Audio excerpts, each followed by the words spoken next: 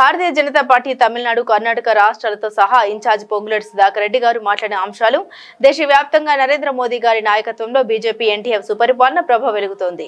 వివిధ రాష్ట్రాల అసెంబ్లీ ఎన్నికల్లో బీజేపీ విజయాలు సాధించింది. మోదీ గారి నాయకత్వంపై ప్రజల ఆకర్షణ పెరుగుతుండటంతో ఆయనపై ప్రజా ఆదరణ తగ్గించేందుకు కొన్ని ప్రతిపక్ష పార్టీలు ఉత్తర దక్షిణ అనే తప్పుడు ప్రచారం చేస్తున్నాయి, రాజ్యాంగ ఉల్లంఘనకు పాల్పడుతున్నాయి.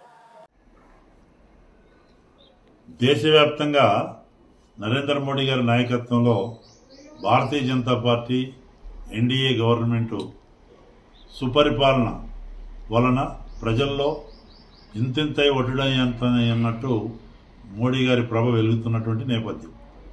ఉత్తరం, దక్షిణం, ఈశాన్యం, పశ్చిమ అనకుండా వివిధ రాష్ట్రాల అసెంబ్లీ ఎన్నికల్లో గెలుపొంది ఇప్పుడు తప్పనిసరిగా దక్షిణాదిలో ఎట్లయితే చెడ్డ ప్రచారం చేస్తున్నారో కొన్ని పార్టీలు మోడీ గారి యొక్క పాపులారిటీ, వారు చేస్తున్న మంచి కార్యక్రమాలు చూసి పాపులారిటీ పెరుగుతుంది. దక్షిణాదిలో కూడా ఇక్కడ భ్రష్టు పెట్టిన పరిపాలన తెలంగాణ, కర్ణాటక, అటు కేరళ, డిఎంకే, మరి తమిళనాడులో కూడా ఒక కరప్షన్ రాజ్యాలతో రాజ్యాంగ ఉల్లంఘనలు చేస్తూ ప్రజా వ్యతిరేక పాలన చేస్తున్న సందర్భంలో వీళ్ళు ఒక ఎమోషనల్ ఇష్యూస్ తీసుకొని భారతీయ జనతా పార్టీని, మోడీ గారి నాయకత్వాన్ని ఇరుకుపెట్టే ప్రయత్నం జరుగుతున్న సందర్భం.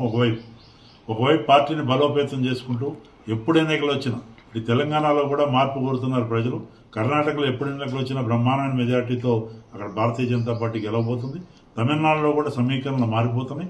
డిఎంకేని ఎట్టి పరిస్థితుల్లో రాబోయే ఎన్నికల్లో ఓడించాలని కృతనిశ్చయంలో ఉన్నటువంటి తమిళనాడు ప్రజలు యాంటీ డిఎంకే ఓట్లు చీలిపోకుండా మరి ఇవాళ నరేంద్ర మోడీ గారి నాయకత్వంలో ఎన్డీఏ అలయన్స్ కి అందరూ కూడా కలిసి వచ్చేటట్టు మరి సంప్రదింపులు కూడా జరుగుతున్నటువంటి నేపథ్యం.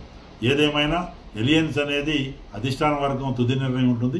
రాష్ట్ర నాయకత్వంతో మాట్లాడి తమిళనాడులో కూడా ఆ కార్యక్రమం జరుగుతుంది. రకరకాల వార్తలు వస్తున్నాయి గత వారం రోజుల నుంచి. కానీ ఎన్నిక ప్రక్రియ అనేది ఒక సిస్టమేటిక్ గా జరుగుతుంది. ప్రతి ఒక్కళ్ళం కూడా పార్టీలో డిసిప్లిన్ సోల్జర్స్. పార్టీ అనేది బాస్ మాకు. ఆ రకంగా అది అన్నామలై విషయంలో కానీ, నా విషయంలో కానీ, ఇంకెవరి విషయంలో కానీ వర్తిస్తుంది.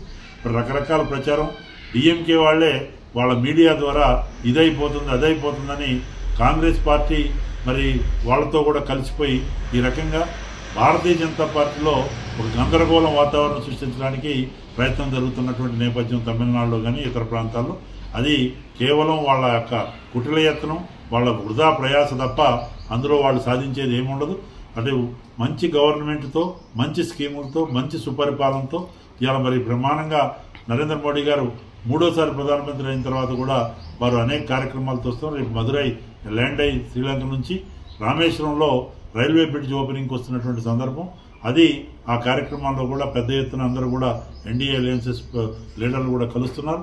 అనేక పబ్లిక్ రిప్రజెంటేషన్ ఇవ్వడానికి ఇతర నాయకులు కూడా కలుస్తున్నారు.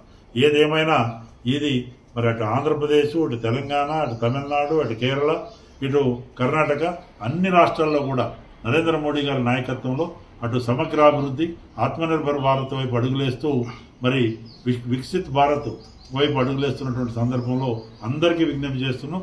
ఈ పరిస్థితి చూసే అది వక్ఫ్ మరి అమెండ్మెంట్ యాక్ట్ దగ్గర నుంచి అన్ని కూడా ఒక మంచి సుపరిపాలన అందిస్తున్నటువంటి నేపథ్యం. పేద ముస్లింలకి ఉపయోగపడే వక్ఫ్ అమెండ్మెంట్ యాక్ట్ పైన కూడా దుష్ప్రచారం చేస్తున్నారు కాంగ్రెస్ పార్టీ, డిఎంకే, ఎంఐఎం, ఇతర పార్టీ. కేవలం ఓటు బ్యాంక్ రాజకీయాల కొరకు చేస్తున్నారు. ఇవన్నీ కూడా ప్రజలు గమనించారు. తిరుచి దగ్గర గ్రామం వక్ఫ్ ప్రాపర్టీ డిక్లేర్ చేసిన నేపథ్యం. అట్లాంటి అనేక లక్షల ఎకరాలు మరి వాళ్ళ కబంధ హస్తాల నుంచి రిలీజ్ అయ్యే పరిస్థితి ఉంది. కాబట్టి పేద ముస్లిం మహిళలకి, ముస్లిం సోదరులకి బెనిఫిట్ అయ్యే ఈ యాక్టు అందరూ కూడా సమర్థించాల్సిన పరిస్థితి ఉంది. దీనిపైన ఏదైతే దుష్ప్రచారం చేస్తున్నారో దాన్ని తీవ్రంగా ఖండిస్తూ దక్షిణాదిలో ఇంతెంత ఒడ్డుడంత అయినట్టు భారతీయ జనతా పార్టీ బ్రహ్మాండంగా తెలంగాణతో సహా, కర్ణాటక, తమిళనాడుతో సహా, ఆంధ్రతో సహా మరి అక్కడ ఎన్డీఏ అలయన్స్ ఆంధ్రప్రదేశ్తో అందరం బలపడే కార్యక్రమం. ఇప్పుడు పుదుచ్చేరిలో కూడా ఎన్డీఏ గవర్నమెంట్ ఉంది. బ్రహ్మాండంగా రాబోయే రోజుల్లో మరి భారతీయ జనతా పార్టీ ఎన్డీఏ ప్రభ వెలగబోతుంది నరేంద్ర మోడీ గారి నాయకత్వం.